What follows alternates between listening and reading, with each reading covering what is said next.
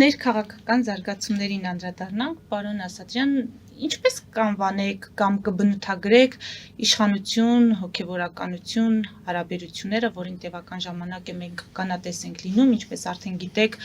Փաշինյանը հայտարարել է Կիրակի Հովհաննավանքում պատարագի մասնակցելու մտադրության մասին, նկատի ունենալով, որ այնտեղ մասնակցելու է Մայրաթոռի կողմից կարգալույծ եղած հոգևորականի կողմից մատուցվելիք պատարագին, բայց Մայրաթոռն էլ այսօր հայտարարություն է տարածել, կոչ է արել իրավապահներին օրինականություն հաստատել, թույլ չտալ սադրանքներ, որովհետև այնտեղ պետք է այդ պատարագ մատուցի ոչ կարգալույծ քահանան եւ բախումների վտանգը ինչպես է գնահատում, եթե իսկապես Փաշինյանը գնա եւ որոշի, որ այնտեղ պետք է պատարագ մատուցի կարգալույծ եղած հոգևորականը։ Ես որպես հայ առաքելական եկեղեցու հետևորդ իմ համար շատ դառն է այդ տեսարանը, այդ երևույթները, որ մենք ականատես ենք դառնում, բայց ունենք այն ինչ որ ունենք, ես մի բան կարող եմ ավելացնել, որ տևական դուք ասիք տևական ժամանակ է այդ հակամարտությունը կա, բայց այս ընթացքում մի բան է հայտ եկել, որ առաջ եթե ասում էին եկեղեցականները մի ամուր են, մի կուր, մի մարմին են իրենց ներկայացնում, այսօր մենք տեսնում ենք, որ այնտեղ կա ճեղքեր եւ որոշ հոգեվորականներ համաձայն չեն այն կուրսի հետ, որը իրականացնում է վեհարանը մեր եւ դա մենք կարող ենք արձանագրել, իսկ ինչ վերաբերվում է բախումների, իհարկե կարող են բախումներ այնտեղ տեղի ունենալ, որտեղ այս հարցն էլ է բավականին զգայուն, խոսքը վերաբերվում է մեր հավատքի, մեր Սուրբ եկեղեցուն եւ այստեղ կիսվել է եկեղեցու շատ վտանգների է եղի, մենք պետք է շատ զգուշ լինենք եւ կարծում եմ իրավապահ մարմինները պետք է տեղում լինեն եւ բարձունքում լինեն։ Այնուամենայնիվ ինչպես կանվանեք այդ հարաբերությունները, որին մենք ներկա ենք։ Ականատես ենք լինում։ Շատ վատ այդ հարաբերությունները կարող են, շատ տեսարանը շատ վատ է, ինչպես ասացի, բայց տեսեք փոխադարձ է այդ ճշնամանքը, այսպես կարող է ասել, իշխանությունների վերնախավի եւ հայ առաքելական եկեղեցու սպասավորների վերնախավի միջև ոչ մեկ չեն ուզում զիջումների գնան եւ այո այդ Տեր Արամի կարգալույցի այդ հրամանը որ արձակվել է դա խոսում է նրա մասին որ եկեղեցի սպասավորները ձեռնոց են նետում իշխանությանը եւ իրենք պատրաստ չեն որևիցե կոմպրոմիսի գալու իշխանությունների հետ շատ դառն է այդ ամեն ինչը տեսնենք ինչ ձև կավարտի հիմա այս երկու խմբերի այդպես կարելի ասել, եթե չենք դիտարկում ընդհանուր եկեղեցի պետություն, ապա այս երկու կողմի ներկայացուցիչների հարաբերությունների առողջացման հնարավորությունը ինչպես է գնահատում կամ որ դեպքում հնարավոր կլինի ակնկալել, որ այդ հարաբերությունները կառողջանան, կառուցողական կդառնան, մեկը մյուսի գործերին չի խառնվի եւ չենք տեսնի այն, ինչ տեսնում ենք։ Դուք շատ լավ ասացիք, մեկը մյուսի գործերին չեն խառնվի, այս դա կարևոր դա բանալի, ոնց որ բանալին է այդ հակամարտության լուծման, որովհետեւ հստակ է, որ հայ առաքելական եկեղեցին քաղաքականությամբ չի զբաղվում եւ քաղաքական իշխանությունները չեն միջամտնում, եկեղեցականների, գործերի մեջ։ Այստեղ հիմա մեր մոտ տեղի ունենում, միջամտություն մեկը մյուսի գործերում եւ ես կարծում եմ, որ հայ առաքելական եկեղեցին չպետք է զբաղվի քաղաքականությամբ, որովհետեւ քաղաքականությունը դա ինչ է նշանակում, դա հայացքներ մարդկանց, ինչ-որ այս կամ այն հարցի շուրջ հայացքները, եթե եկեղեցին ունի մի տեսակետ մի հարցի շուրջ եւ ես չեմ կիսում այդ տեսակետը, մենք ո՞նց ենք վարվելու։ Ո՞նց ենք վարվելու։ Դա հարցի լուծումը ո՞նց է։ Ինքը ինչ պետք է ինձ համոզի, լինելով, իր եկեղեցական դիրքը չարաշահելով, այն պետք է համոզի ինքը ինձ, որ ես փոխեմ իմ քաղաքական տեսակետը։ Այդ է խնդիրը։ Ես կարծում եմ, դա շատ մեծ սխալ է եղել, որ հայ առաքելական եկեղեցու վերնախավի ներկայացուցիչները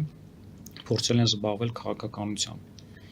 Այդ դա պետք է ի սկզբանե վերացվի, նոր ինձ թվում է ամեն ինչ կընկնի իր տեղը։ Հա բայց դուք էլ ասացիք, որ կողմերը չեն զիջում, մեկը մյուսին զիջելու մասին խոսք չկա, գործողություն չկա, որ կզիջեն։ Ներկապային չեն զիջում, բայց ես կարծում եմ իշխանությունը հարցի լուծումը տեսնում է, որ պետք է կաթողիկոսը հեռանա։ Այո, ամեն մեկի սա կարող է բերել առողջացման հարաբերություններ։ Ներկապային երկու կողմն է իրենց պահանջներն են դնում, հա, մի կողմ ասում է որ վարչապետը պետք է հրաժարական տա, արդեն տևական ժամանակ է այդ պահանջը դրվել է, իշխանություններն պահանջում են, հա, որ կաթողիկոսը փոխվի, այդ պահանջները դրվել են սեղանին, ու գործընթացը գնում է, տեսնենք ինչ ժամանակ է պետք, ընթացք է պետք է ամեն ինչի, որ հասկանանք թե որը ինչ ձևով գնում է կոմպրոմիսի եւ հարցի լուծմանը։ Ես ներկա պահին, տեսեք, ասում եք Կիրակի օրը պատարակ պետք է մատուցվի, ես ասում եմ ոչ մի լուծում չեմ տեսնում, անկեղծ ասած, որտեվ ցանկացած կողմ, եթե ինչ որ փորձում է հետ գնալ իր պահանջներից դուրս, դա համարվելու է պարտություն։ Դա համարվելու է պարտություն, դա ուզում ենք մենք տեսնենք, թե չենք ուզում դա ընդունենք, որ դա տենց է լինելու։ Հիմա երկու կողմերն է, հա, ունեն հնարավորություն գնալու առաջ, գնում են առաջ։ Տեսնենք ինչով կավարտվի այս ամեն ինչը։ Շատ ցավալի է, նորից եմ ասում, որտեվ հայ առաքելական եկեղեցին չպետք է ներքաշված լիներ, հա, այդպիսի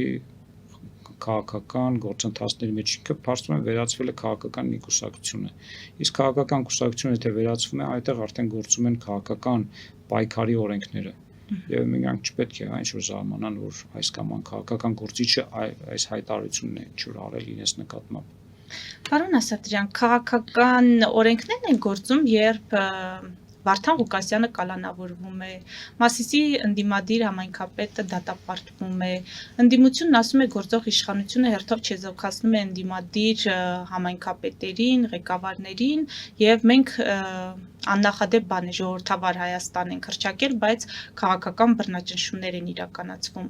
ոչ միայն համայնքապետերի, այլև գործարարի, փաստաբանի,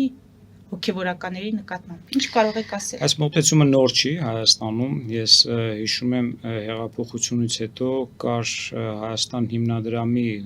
ղեկավար, որին հա մեղադրվում էր, որ Հայկական հիմնադրամի միջոցները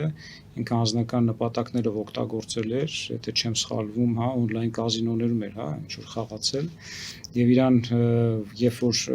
ձերբակալեցին, ինքը դառավ քաղաքական գործիչ եւ ինքը հայտարարեց, որ ինքը քաղբանտարկյալ է, իրեն հայացքների համար են, հա, հետապնդում, բայց հիմքում այն էր, որ մարդը վստահել են, հա, Հայաստան հիմնադրամի գումարները, իսկ այդ գումարները, հա, ժողովուրդն էր հավաքում, հա, ամբողջ աշխարհով հայերը հավաքում էին, ինքը գնացել էր անձնական նպատակներով օգտագործել էր։ Հիմա նույնն էլ այս ձեր մատնանշած համայնքապետերին է վերաբերվում, Վարդան Ղուկասյանը դա օրինակ էր, այս կասեմ ուսուցողական օրինակ էր բոլորի համար, թե ինչպես չի կարելի ընտրել։ Մարդը հանդես էր գալի այն լոզունգներով, որ ինքը գալիս է փրկել Գյումրին այս վատ իշխանություններից, այս դավաճան, այս պարտվողական իշխանություններից, բայց այնինչ ինքը եկել էր կերակրատաշտակին ավելի մոտիկ լինելու համար, մենք դա հասկացանք եւ ասել այստեղ որտեղ քաղաքական հետապնդումներ են, ես զերծ կմնամ նման հայտարարություններից, այստեղ պարզապես, հա, կաշառակերության մասին է խոսքը գնում եւ չնայած դատը չի եղել, բայց հաշվի առնելով Վարդան Ղուկասյանի համբավը եւ ես կարծում եմ գյումրեցիները շատ լավ են ճանաչում Վարդան Ղուկասյանին, ես համոզված եմ, որ այդպես էլ եղել է, փորձ է եղել կաշառքի շորթման եւ ինձ թվում է անկասկած չկա, որ այդտենց բանը եղել է, հաշվի առնելով նորից եմ ասում Վարդան Ղուկասյանի համբավը եւ անունը։ Եվ ամփոփենք նախընտրական այս տրամադրություններով, որոնք գոյություն ունեն, դուք ինչ եք կարծում այս պայմաններում, երբ կողմերը անխնա օգտագործում են իրենց զինանոցում եղած ամենավատ բառապաշարը ռետորաբանության առումով, այս պայմաններում հնարավոր կլինի առողջ ընտրություն կատարել, ժողովուրդը կկարողանա, այսպես ասած, թաց չորից տարբերել։ Հանրապետություն կուսակցությունը միշտ դեմ է եղել, հա, այս կոշտ բառապաշարից, այս հայախառը հայտարարություններից եւ խոսելավոճից եւ մենք կարծում ենք, որ հա Հայաստանի քաղաքական դաշտին պատիվ չի բերում, հա, այդ նման իրավիճակը, բայց կարծում եմ մենք ունենք այն ինչ որ ունենք, խաղի կանոնները գծվել են եւ կարծում եմ մեր ժողովուրդը պետք է թացի չորից տարբերի, մենք գնում ենք շատ կարևոր ընտրություններին, 26 թվի մասին է խոսքը, որը ճակատագրական ընտրություններ են լինելու Հայաստանի համար, Ինչ առումով ճակատագրական, որտեղ այդ ընտրությունների արդյունքներով որոշվելու է Հայաստանի Հանրապետության մի քանի տասնամյակների ապագան։ Եվ այստեղ պետք է ժողովուրդը ճիշտ ընտրություն կատարի, ոչ թե ճիշտ, այլ գաղափարական ընտրություն կատարի։ Ես կարծում եմ, որ Հայաստանի Հանրապետության նոր անկախ Հայաստանի Հանրապետության ժամանակաշրջանում մենք երբեք գաղափարական ընտրություն չենք կատարել։ Տեսեք 21 թվի ընտրությունները ինչի մասին էր, նախկին եւ ներկայի մասին էր, սև ու սպիտակի մասին էր։ հիմա նույն տրամաբանությունը Ես չի։ կարծում եմ ոչ, 26 թվին արդեն այդ նախկինն եւ ներկան ակտուալ չի, ես կարծում եմ դա արդեն ժողովուրդն էլ լավ հասկացել է, լավ տարբերվում է։ 26 թվին ընտրությունը կատարվելու է գաղափարական հիմքի վրա, իսկ ունենալու է բովանդակություն Ռուսաստանի կողմնակիցները, որ այսպես ասեմ, Ռուսաստանի օրակարգը սպասարկող քաղաքական ուժերը փորձում են մոբիլիզացվել եւ գնալով, այդ ջրերը պարզվում է, բարիկադները հստակ գծված են, կան մի կողմից այդ Ռուսաստանի օրակարգը սպասարկող քաղաքական ուժերը, որոնք մենք նոր բանը անվանում է հիմա եկել, կոչվում են գուբերնիստներ, այսպես ասած, այդ ծայրագավառի ֆանատներն են